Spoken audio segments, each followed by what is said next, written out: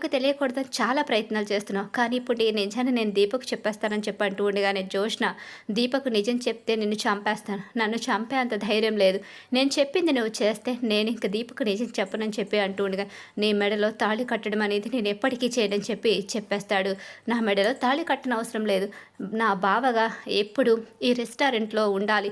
నాకు తోడుగా ఉండాలి. నువ్వు కాదు, కూడదు అని చెప్పి నీ పని నువ్వు చేసుకు వెళ్ళిపోతానంటే కుదరదు. నువ్వు నాతోనే ఉండాలి అని చెప్పేసి కండిషన్స్ పెట్టి తన వెనకాలే తిప్పుకుని ప్రయత్నం చేస్తుంది. ఎప్పుడు దీపక్ నిజం తెలిసిపోతే దీప్ ఏమైపోతుందన్న భయంతో జోష్న పెట్టిన కండిషన్కి కార్తీక్ తల ఉంచుతాడు. అలాగే దీప ముందే ఇంటికి వస్తూ పోతూ ఉంటుంది. కార్తీక్తో చాలా హ్యాపీగా టైం స్పెండ్ చేస్తూ ఉంటుంది. అదంతా చూస్తూ దీప కాస్త ఫీల్ అవుతూ ఉంటుంది. ఎందుకు ఇలా మారిపోయారు కార్తీక్ బాబు, అర్థం కాని అయోమయం పరిస్థితిలో పడిపోతుంది. కాంచన కూడా ఇబ్బంది పడుతూనే ఉంటుంది. కాంచన నిలదీసేసరికి కార్తీక్ నిజాన్ని చెప్పేస్తాడు. ఇప్పుడు ఏంట్రా పరిస్థితి? అదే అర్థం కావడం లేదు మమ్మీ. దీపకు నిజం తెలియలేనంత వరకు పర్వాలేదు. నిజం తెలిస్తే ఆ తర్వాత దీప ఏమైపోతుందని భయం. నిజం తెలిస్తే జోష్న టార్చర్ పోతుంది. కానీ తెలిసిన తర్వాత దీపని ఎలా పట్టుకోగలం? అందుకే భయపడి ఇలా దూరంగా దీపకి అన్యాయం చేస్తున్నట్టు నటించాల్సి వస్తుందని చెప్పి అనేసరికి, పగవాడికి కూడా నీ కష్టం రాకూడదురా అని చెప్పేసి అంటూ బాధపడుతూ ఉంటుంది కాంచన. ఇదిలా జరుగుతూ ఉంటుంది. కార్తీక్తో జోష్న క్లోజ్గా ఉండడం చూసి దాసు ఏంటి ఇలా చేస్తుంది, కార్తీక్ ఎందుకు ఇలా చేస్తున్నాడని చెప్పేసి అనుమానంతో అనుకుంటూ ఉంటాడు. అన్నయ్య ఎందుకు జోష్నని వెంటేసుకు తిరుగుతున్నాడు, వదిన్ని ఎంతో ఇష్టంగా పెళ్లి చేసుకున్నాడు కదా, అన్నయ్య ఇలా మారిపోతాడని అనుకోలేదని కాస్తో కూస్తో స్వప్న కూడా అనుమానం వస్తుంది. ఇదిలా జరుగుతుండగానే ఒకరోజు అయితే ఇక పారిజాతం అలాగే ఇంక జోష్న మాట్లాడుకుంటూ ఉంటారు. జోష్న పారిజాతం అనుకుంటుంటారు. జోష్న అయితే ఇక నుంచి బావ నా చేతిలోంచి తప్పించుకోలేడు. ఇక బావ ఎప్పుడు నావాడే. చూడు, త్వరలో నా మెడలో తాళి కట్టించుకుని ఆ దీపని ఎలా గెంటేస్తానో చూడు. నా దగ్గర అలాంటి బ్రహ్మాస్త్రం ఉంది. ఇక దీప జీవితంలో ఎప్పటికీ ఇక్కడికి రాదు. ఒకవేళ మా నాన్న నిజం చెప్పే ప్రయత్నం చేసే సమయంలో బావతో నా మెడలో తాళి కట్టించేసుకుంటే ఇక నిజం చెప్పినా నాకు ఏం పర్వాలేదు. ఈ ఆస్తి పోయినా ఆ ఆస్తి ఉంటుంది. అలాగే బావ నా వాడవుతాడని చెప్పేసి ప్లాన్ అయితే చేసుకుంటుంది.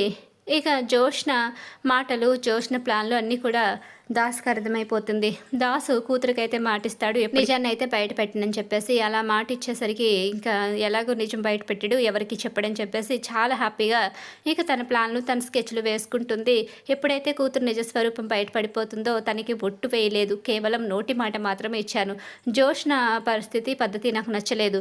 ఒక ఆడపిల్లకి అన్యాయం చేయాలని చూస్తుంది. పోనీ ఆస్తి కోసం అన్యాయం చేయాలని చూసి ఇక్కడ ఉంది కరెక్టే. పోనీ తన చిన్నప్పటి నుంచి ఆస్తిలో ఉంది కాబట్టి. కానీ ఇప్పుడు అక్కడ కార్తీక్ను కూడా సొంతం చేసుకోవాలని అమ్మతో కలిసి ప్లాన్ చేస్తూ కార్తీక్ వెంట తిరుగుతుంది. దీపకి అక్కడ కూడా అన్యాయం చేయాలని చూస్తుంది. ఇప్పటికి కూడా నేను నోరు తెరవకపోతే దేవుడు నాకు ఇచ్చిన జన్మ వృధా అయిపోతుంది, సార్థకతం కాదు. నేను చేసిన పాపం ఎప్పటికీ చెరిగిపోదు. నా కూతురు నా దగ్గరకు వస్తుంది. ఎలా వస్తుందో అప్పుడు కార్తీకే చూసుకుంటాడు. అప్పుడే అన్ని సమస్యలు సర్దుమణుగుతాయి. ఇప్పుడు నా కూతురికి ఏదో అవుతుందన్న భయంతో మరో ఆడపిల్లకి అన్యాయం చేయడం కరెక్ట్ కాదని చెప్పేసి నిర్ణయం తీసేసుకుంటాడు. అలా తీసుకున్న దాసు అయితే ఇక సుమిత్ర, దశరథులు ఇంటికి తిరిగి వస్తారు. అలా తిరిగి వచ్చిన తర్వాత జోష్నకి ఒక మంచి సంబంధం సెట్ అయ్యింది. జోష్నకి త్వరలోనే పెళ్లి చేసేద్దామని చెప్పి అనుకుంటూ ఉండగానే, లేదు నేను ఈ పెళ్లి చేసుకోనని చెప్పేసి జోష్న అంటూ ఉంటుంది. ఎందుకు చేసుకోవు ఈ పెళ్ళి అని చెప్పి దాసు అయితే అక్కడికి వస్తాడు. ఏరా ఎందుకు వచ్చావు నువ్వు, అయినా నువ్వు ఇక్కడికి రావాల్సిన అవసరం ఏముంది అని చెప్పి శివనారాయణ అడుగుతుంటాడు.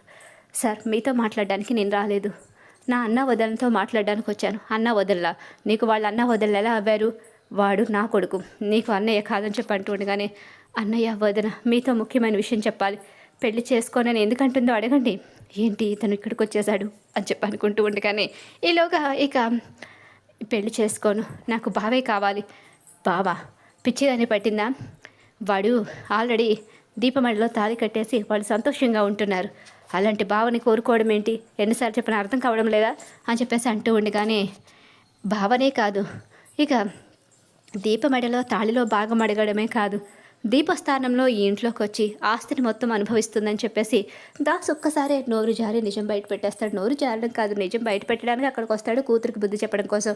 అలా నిజాన్ని అనేసరికి ఒకసారి షాక్ అయిపోతారు అందరూ కూడా. ఏం మాట్లాడుతున్నారా, పిచ్చిగాని పెట్టిందా, వెళ్ళి ఇక్కడ నుంచి పిచ్చి పిచ్చిగా మాట్లాడుకొని చెప్పేసి పారిజాతం బయటికి గంటైపోతుండగా, ఆగండి అత్తయ్య అని చెప్పేసి సుమిత్ర అంటూ ఉంటుంది. దాసు అసలు ఏంటి చెప్పండి, మీరు ఏం చెప్పాలనుకుంటున్నారు ఆస్తిలో భాగం తీసుకోవడం ఏంటి? అసలు నాకేం అర్థం కావడం లేదు. అవును వదిన, క్షమించండి. ఇంతకాలం ఈ నిజాన్ని చెప్పలేకపోయాను. నేను భయపడ్డాను, బాధపడ్డాను. కానీ ఇప్పటికి కూడా నిజం చెప్పకపోతే దీప భవిష్యత్తు అన్యాయం అయిపోతుంది. అందుకే చెప్పడం జరుగుతుంది. దీప మీ కన్న కూతురు, జోష్న నా కన్న బిడ్డ. జోష్న దీపలు పుట్టినప్పుడు మా అమ్మ చేసిన కుట్రకి జోష్న మీ ఒడికి, దీప ఎక్కడో లేనింటికి చేరింది అని చెప్పేసి ఆ రోజు జరిగిన మార్పిడి, అలాగే ఇక చంపించేయడం, ఇదంతా మొత్తం బయట పెట్టేస్తాడు దశరథ సుమిత్రల ముందు. మొత్తం నిజం బయట పెట్టేసరికి ఒక్కసారే అందరూ షాక్ అయిపోతారు. అలా షాక్ అయిపోయి ఉండిపోతారు చూస్తూ. పారిజాతం జోష్నకు మాత్రం ఊహించని షాక్ ఎదురైపోతుంది. ఒక్కసారే వెనక నుంచి శివనారాయణ కుప్ప కూలిపోతాడు. ఇక దాంతో దెబ్బకి అందరూ కూడా శివనారాయణ దగ్గరికి వెళ్ళేసరికి, ఏంటి వీడు మాట్లాడేది నిజం?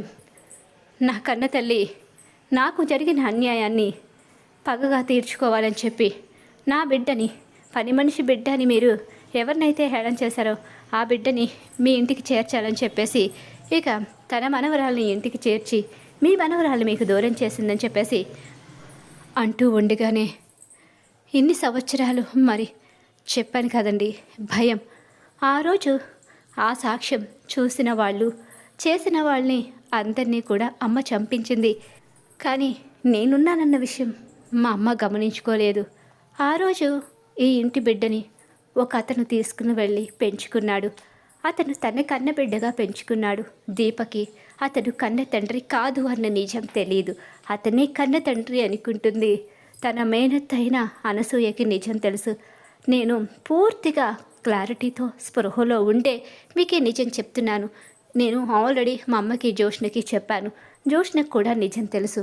జోష్నకి ఈ మధ్యకాలంలో తను ఆ ఇంటి వారసురాలు కాదు అన్న నిజం తెలిసినా సరే ఆస్తి కోసం ఇక తను నేను ఇక్కడే ఉండాలి, ఇక్కడ లేకపోతే నేను బ్రతకలేను, చనిపోతానని నన్ను బెదిరించింది దీప గురించి చెప్తే. కానీ తను చనిపోతుందనే స్వార్థంతో మరికొన్ని రోజులు నోరైతే మూసుకున్నాను. నాన్న అంటూ పిలుస్తూ నన్ను అవసరానికి తను వాడుకుంది. అయినా కూడా నేను బాధపడడం లేదు. నా కన్న కూతురు ఇక అంతే అనుకుని సరిపెట్టుకున్నాను. కాకపోతే ఇక్కడ దీపకు అన్యాయం జరిగింది. మళ్ళీ కార్తీక్ ఇంట్లో కూడా దీపకు అన్యాయం జరగాలని, కార్తీక్ చేత తన మెడలో తాళిని కట్టించుకోవాలని, దీపని శాశ్వతంగా ఈ భూమి మీదే లేకుండా చేయాలని నా కూతురు జోష్న ప్రయత్నిస్తుంది. అందుకనే నేను ఇక నిజం చెప్పాలని నిర్ణయం తీసుకున్నాను. తనకి నిజం చెప్పాలని మాటిచ్చిన మాట నిజం. కానీ ఇప్పుడు నిజం చెప్పాను. ఇక దీపకు అన్యాయం జరగకుండా చూసుకుంటారని, మీ ఇంటి వారసురాల్ని తిరిగి మీ ఇంటికి తెచ్చుకుంటారని నేను నిజం చెప్పడం జరిగిందని చెప్పేసి గుండె పగిలే నిజాన్ని మొత్తం బయట పెట్టేస్తాడు.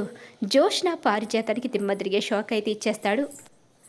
ఇక దాసు అయితే మరి రాబోయే కథలో ఖచ్చితంగా ఇలా అయితే జరగబోతుంది. ఇలా జరగాలని చెప్పేసి ఎవరైతే కోరుకున్నారో మా వీడియోని తప్పకుండా లైక్ చేయండి.